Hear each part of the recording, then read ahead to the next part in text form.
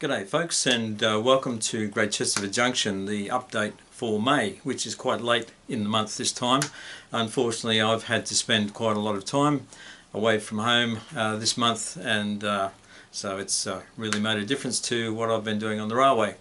But we will move forward and just give you a very small update.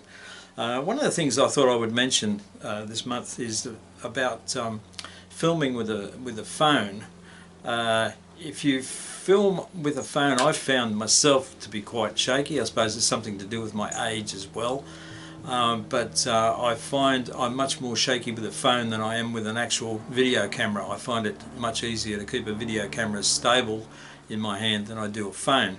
And so to counteract that problem, especially with filming model railways, I've got this little adapter for a tripod for my phone, and this is made by Manfrotto. They're well known for doing tripods and all that sort of thing. Quite a good name, as far as I know.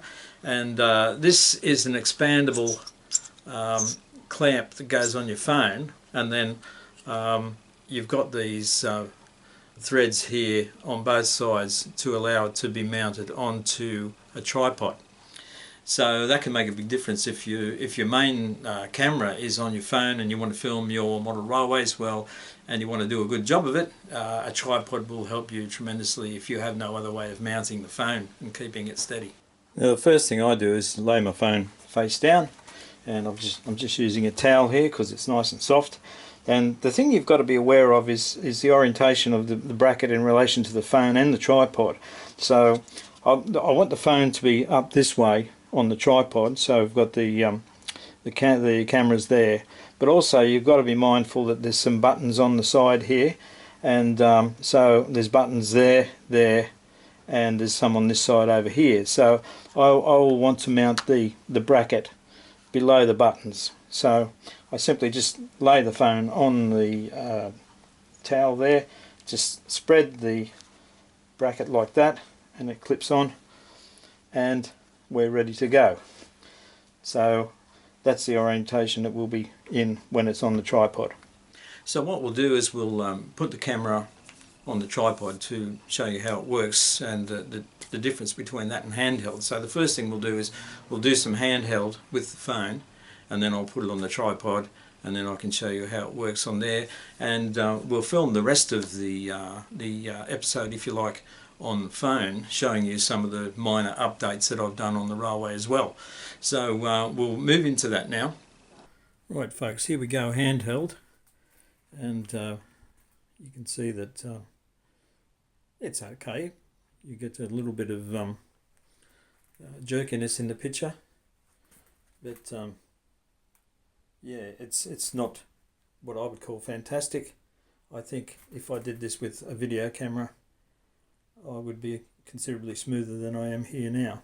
So what we'll do is we'll mount this phone onto a tripod, and we'll try and give you a better experience of an update here.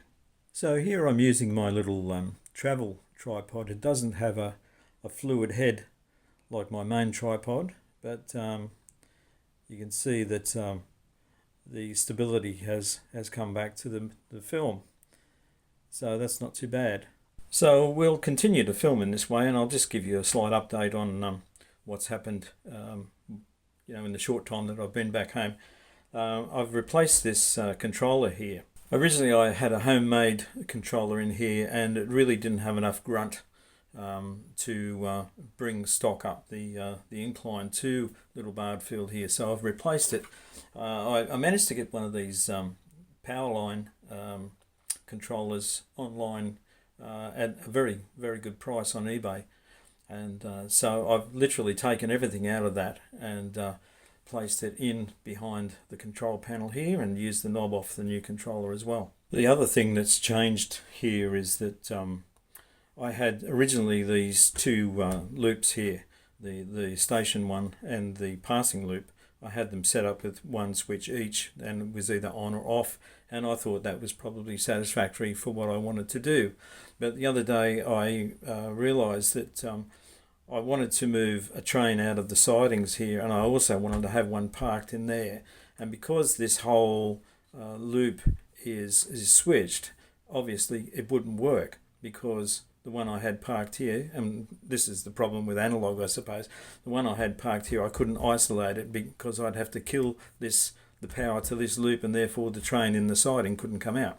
So what I've done is I've added an extra switch, so this passing loop can be split in two. This half can be isolated, and this part can be active. So that solved the problem, and so it's working quite well now. Right, we might just change tripods now, and we'll do a bit of running here just to show you how these new switches come into play. We've switched now, folks, to the heavier tripod, and this one has a fluid head, as I say, which gives you this quite smooth panning, although the phone camera does get little blips from time to time, something to do with the focus. So if you move too quick with this thing, you'll definitely get some blips in it, although we seem to be tracking quite well at this stage. So there we go. Now what we'll do is take this train that's in the siding here out into the platform, and we will park that there, and then we'll do a bit of movement in the station here.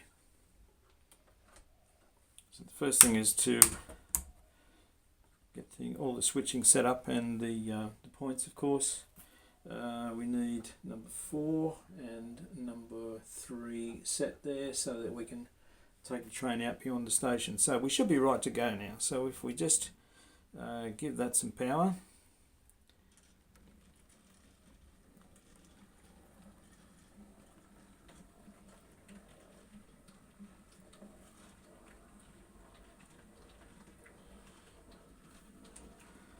That's the thing with this new controller too. It's got a lot better performance at the lower speeds, which is quite nice actually. So we'll just stop that train there just beyond the bridge, and we'll change point number 4, change direction, and we'll just bring it back in and park it at the platform.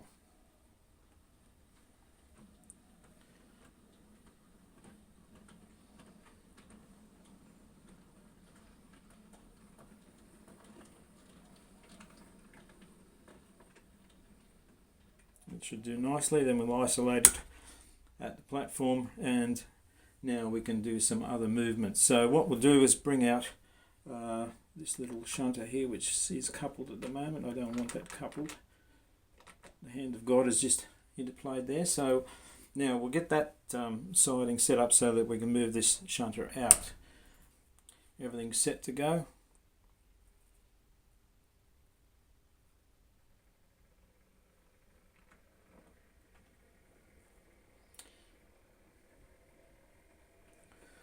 And what we're going to do is we're going to park it in the passing loop.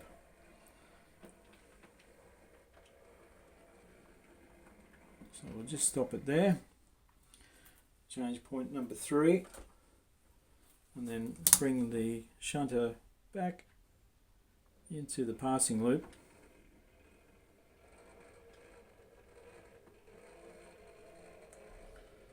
About there should do, so we can isolate that there. Now we'll reset some points. Right, now we'll just take the train in the platform forward, and we've got all the points set and everything's ready to go. And we'll just take that beyond the bridge.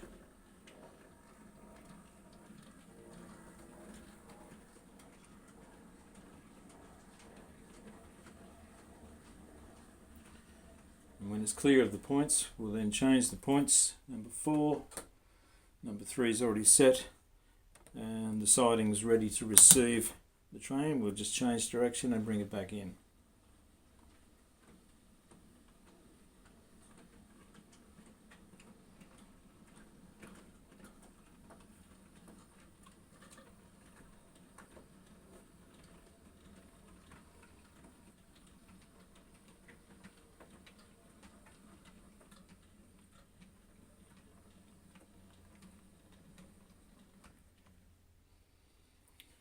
we'll isolate that. Now we'll change some points again. We'll change number 3, and we will then turn on the passing loop and get some power to the little shunter, and what we'll do is bring it into the siding right next to the train that's just come in. So we'll need to set point number 2 as well. Right, so away we go.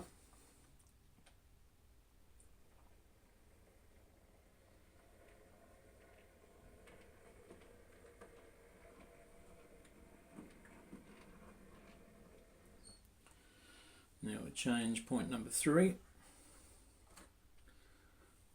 the straight ahead position, and then the shutter will be allowed to come back into the sidings.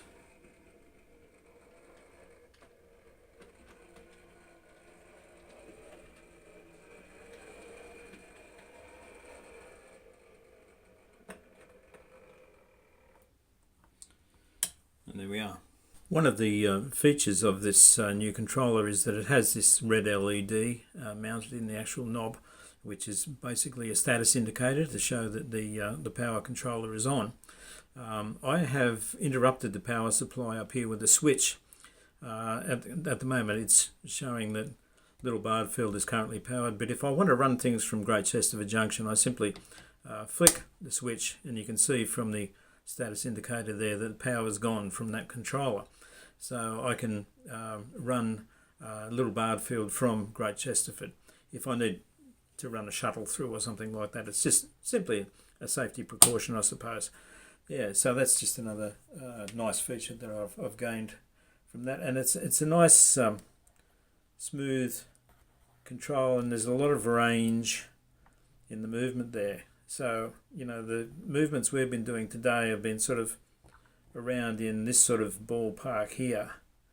So you can see there's a long way to go if you want to get some more power into a locomotive. So folks, I hope you enjoyed that, and I hope you got something from it. And it's for me, it's good to have the phone as a backup camera as well, because this particular video camera that I'm using now has had a lot of use, and they do have a finite life, so I'm expecting it to pack it in someday. So whether I get another video camera or whether I just stay with the phone, I don't know, but at least it's good to have that backup there as well. Okay, I'll see you next time. Cheers, Gormo.